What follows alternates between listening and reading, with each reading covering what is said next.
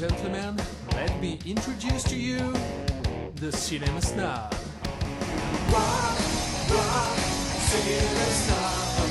Rock, rock, Cinema Snob. Rock, rock, rock, Cinema Snob. Five movies you gotta thank you very much. Rock, rock, Cinema Snob. Rock, rock, Cinema Snob. Rock, rock, rock, Cinema Snob. Five movies you gotta thank you very much. After that opening title sequence, I'm starting to get the feeling I've been doing this show for 10 years. Hell, who am I kidding? After 1 year of the Cinema Snob, I already felt like I'd been doing this show for 10 years. 2007 was indeed a very dark time for the show. No, seriously, it was before lighting had been invented. The original pilot was just drawings on a cave wall. But instead of doing the usual big anniversary episode, I thought I'd do something different for the 10th anniversary 400th episode spectacular, and that's a 10 new episode dump in which I have a proper follow-up to a particular episode from each year I've been doing this. The second episode of the Cinema Snob back in 2007 was on a little movie called Porno Holocaust. Porno Holocaust actually is the Holocaust of cinema. Edgy. I compared a bad movie to the Holocaust. I understand why I was so mad in that episode. I was living in a pre-Nukie review world. But like all the classics, Porno Holocaust has a twin film, which wasn't uncommon with exploitation directors and their movies. Whether it's the Roger Corman, Jack Hill films, The Big Dollhouse and The Big Bird Cage, or Bruno Mattei with SS Girls and Women's Camp 119. In 1980, a year before the release of Porno Holocaust, director Joe D'Amato gave us Erotic Nights of the Living Dead. Both films were shot simultaneously. It's a movie with the same island, the same cast, the same story about the living dead mixed in with hardcore pornography, and the same running time of why in the fuck is this shit 2 hours? But will it be better or worse than Porno Holocaust? Does it matter? They're both the same fucking movie. But so long as you put a zombie in a yellow dress and have him slow dance with a beast, some audiences will still eat it up. First things first, Danny Rand needs to escape the institution before we get to the action.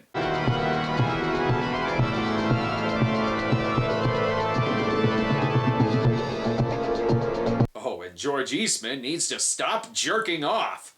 And wait a minute, Sexy Nights of the Living Dead? Like it matters whether you call this film erotic or sexy. It's neither of those things. I see Mark Shannon, star of Porno Holocaust and Italian Batman, has a credit, but not for the genital warts. That's not fair. And don't let my shaved head fool you. I do not like the sound of National music. Will someone please help John Oates with his horrible skin rash? I guess patients can wander around wherever the hell they want, so long as it looks like they're itching to scream about Vietnam.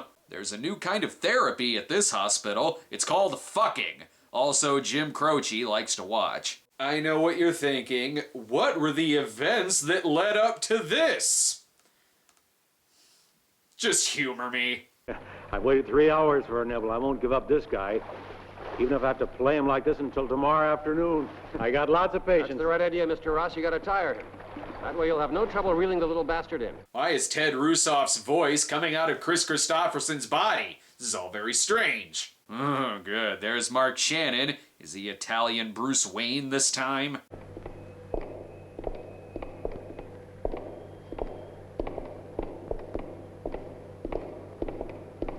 Mark Shannon, please don't stick your dick in things. I could really feel the passion in this film.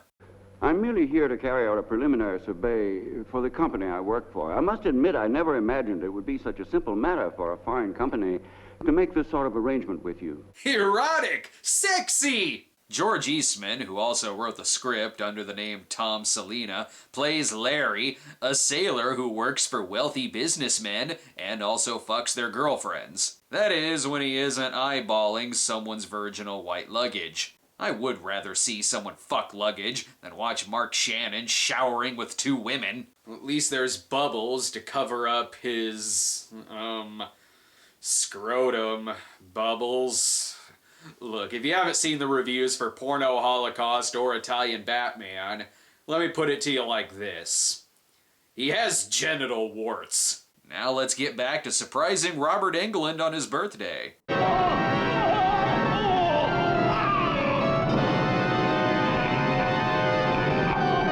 Oh, careful there, movie. I don't want to completely blow my pants load in the first 15 minutes. Let's take some time out for gambling. I'll put 50 on this movie going nowhere. I like playing the odds. I'll also put 100 on remaining flaccid while watching Mark's sex scene. And this is what happens when you lose.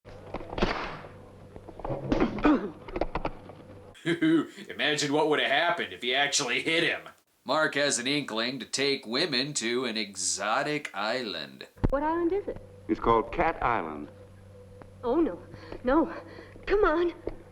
Hey, where are you going? There's actually nothing wrong with Cat Island. It's just that Mark Shannon's balls look like Witch Hazel's face under a microscope. Now James Brolin is here to show these women what smooth ball skin looks like. If they seem happy, it's because at least this is the porno that doesn't have the word Holocaust in the title. Also, boobs hypnotize George. Uh-oh, Magnum burns when you PI has found himself a new lady.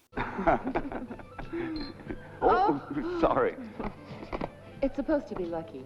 Subtle. Mitchell has the same move, only he uses Coors Light and barbecue sauce. It's much sexier here, where it's 2 in the afternoon, disguised as midnight, even with this happening.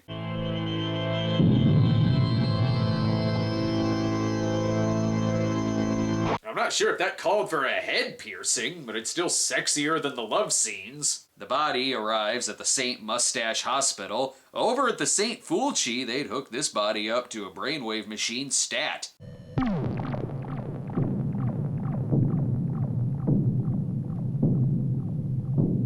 Ooh, and it comes with a free socket full of rice.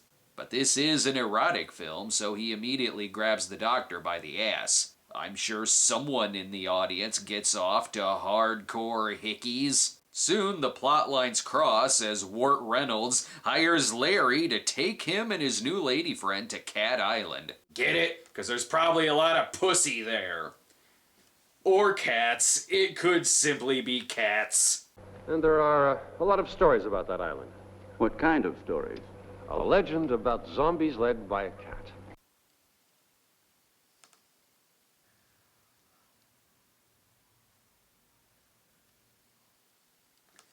Come on, Lloyd. Even you know that's stupid.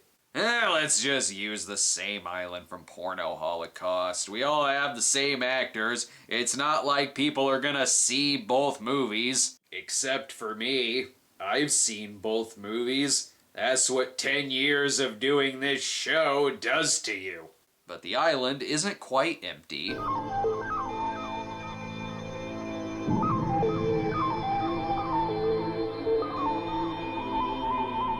You look lost, Laura Gemser. Yes, you could watch Mark Shannon wash off his balls with sandpaper, or...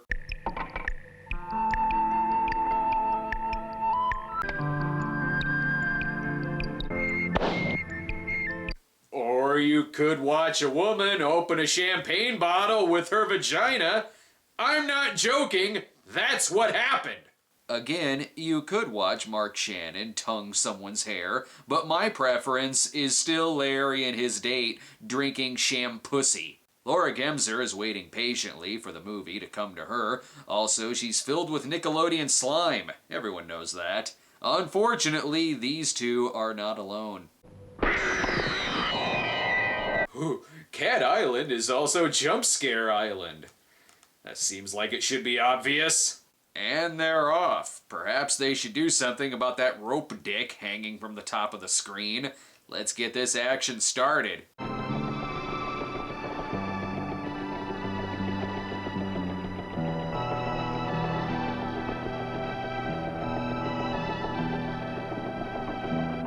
Exciting.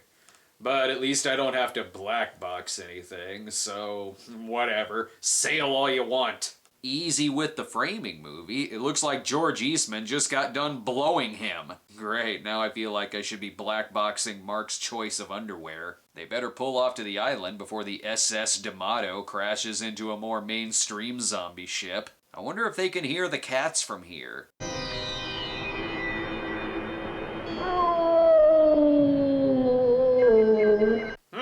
Okay, I get it. You wanted the black cat to win the poll last Fultuary. Stop freaking me out! Laura Gemser is doing her charitable work of helping old people cross the cemetery, and Mark continues being a hit with the ladies.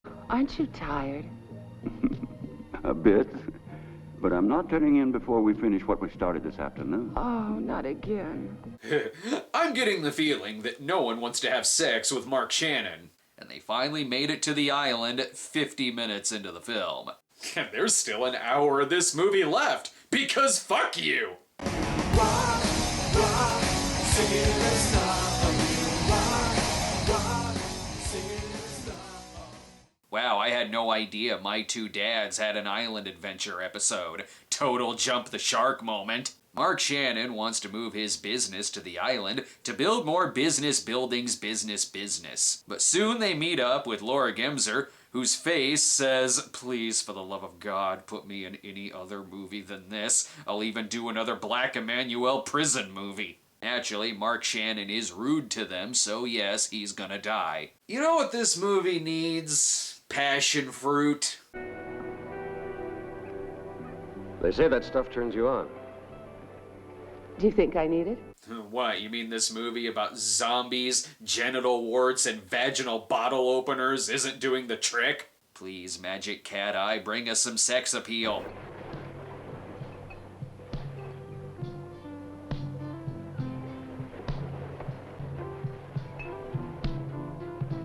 They both look like two people eyeing a plate of meatloaf in a Golden Corral commercial. But things on the island are getting weirder. It's the old man. The photographs I took at the cemetery. So, what about him? Don't you see? The girl isn't there. What does it mean? It means that Laura Gemser has a great agent and managed to get her out of this film. Meanwhile, Whiskers mourns the loss of his dearly departed toy ball. Nice jean shorts. This is a look that says, I may be a Miami Vice drug dealer, but I too like to take my kids to Six Flags. Fuck it. Might as well go back to the island. It may be haunted, but fucking on the boat makes us too nauseous. We're sorry, Laura. You have to finish the movie. But on the plus side, you can be in one of the sexier scenes. It doesn't involve Mark Shannon. Between Mark's jean shorts and George's dad bod, together they can figure out the best golf course to spend a Saturday afternoon. Perhaps the old man can give them some answers. Tell me something. Did you make that funny rumbling noise? Oh, you're just walking right into that fart joke, aren't you? They're given an item that will either save them or provide a nice butt plug. But enough of that, Laura Gemser can make even using the toilet look sexy. But back to this. I was given this by your grandfather. Tell me what it's for. It's for the anus, George. Grandfather isn't very subtle. I'm starting to sense some hostility from the cast. How'd you make out with the old codger? Let's get back to the boat. I'm beginning to get fed up with this trip. What, is doing 2 movies in which people do nothing but fuck on an island getting tiresome? At least one actor isn't sleepwalking through this.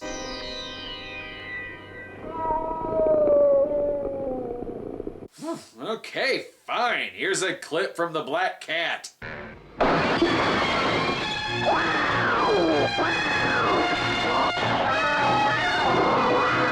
Now quit haunting my zombie porno. Look, Mark, here's your scrotum, and here's Ron Jeremy's. Notice any difference? If we hurry, we can make it back before they turn off the day for night filter. Uh-oh, too late. It's It's actually nighttime now. You're all fucked. You're either gonna die or have the old snob lighting. Laura's figured out a way to leave this movie, walk right into the ocean, though it may put a damper on the filming schedule for Emmanuel and the Last Cannibals. Dude, you're fucking in her piss and shit. Still better than being on the boat. I think having sex with her is bringing about the zombie invasion. Totally worth it. Watching sex can stop zombies dead in their tracks. Romero never told us that. Mark Shannon wants all the weird things on the island to stop, and he'll molest an old man's knee to do so. You said that old bastard could help me, yet I could hardly understand his goddamn mumbling. Look, you gotta come to terms with the fact that you're going to die in this movie, and that this 2-hour film is padded with shit like this. I spoke to the old man again. He's really right around the bend. The first thing we'll have to do is get him put away someplace. We can't have him hanging around ruining the atmosphere. As much as I love seeing you all eating cans of expired baby food, I'm wondering when the sexiness or the eroticism is gonna start. But there is enough time for Larry to tell his backstory. Long story short, he's Ringo Starr. Mark is supposed to meet back up with Laura Gemser at Moonlight. In other words, he waited 5 minutes for day for night, and now he's back. And to make things even more sad, he's the first to arrive at his own surprise party.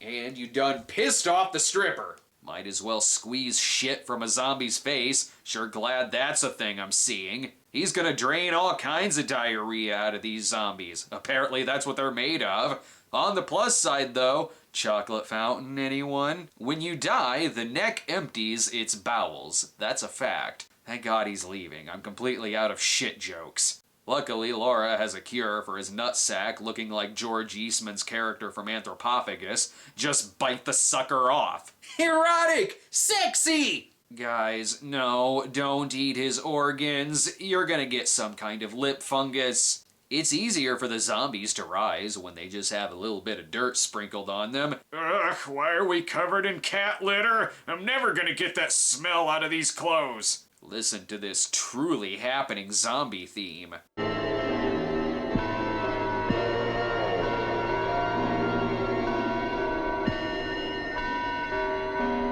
Get the cat off of the damn bells. Truly scary stuff here. Now I understand why no one ever wants to come to this island. It's because to this day, the island still smells like sweaty ballsack and sandy vaginas. And great, now he's got herpes too. The ghosts of Laura Gemser's ocean shits have come to feast, or they're just Shockwave's cosplayers. The only advantage we have is that they move at a snail's pace. But I have absolutely no idea how they can be stopped. Well, you shot one of them in the head earlier, start with that. The movie has 10 minutes left, so get ready for plenty of running around the woods action. While The Beyond may be a billion times better, George Eastman is a better shot than David Warbeck. You can't take that away from him. It seems like the zombies just like walking towards the camera. So simply stay away from where they're filming and you'll survive. They almost find a hiding spot, but the orphans from Oliver Twist find them. Graphic. Using the ancient butt plug defeats the zombies, teleports them to the beach, where they are now cursed with sex addiction. I'm not joking. That's why the movie began in the nut house. Now all of your questions have been answered. Or have they? You really think he shot that guy and ate him? Why, sure. It was either him or his girlfriend. Well, it was one of them, because there was only 3 people on the island. Them and that old blind man. Only 3. Only 3. So the dead zombies reburied themselves? Makes sense. And what about the zombie that escaped off of Cat Island? Shouldn't that lead to this?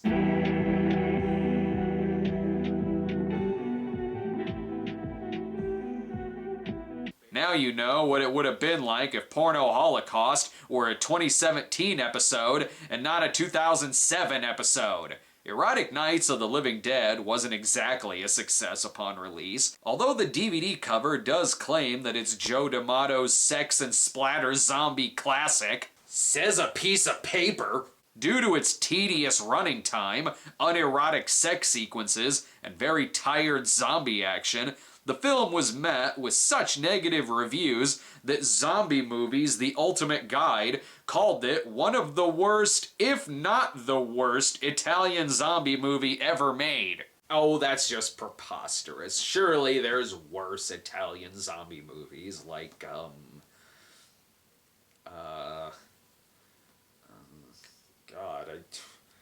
I don't know if I can make much of an argument against that, other than it should share that credit with Porno Holocaust, because they're both the same fucking movie. Although, like I said in 2007, Porno Holocaust does have some pretty kickin' music.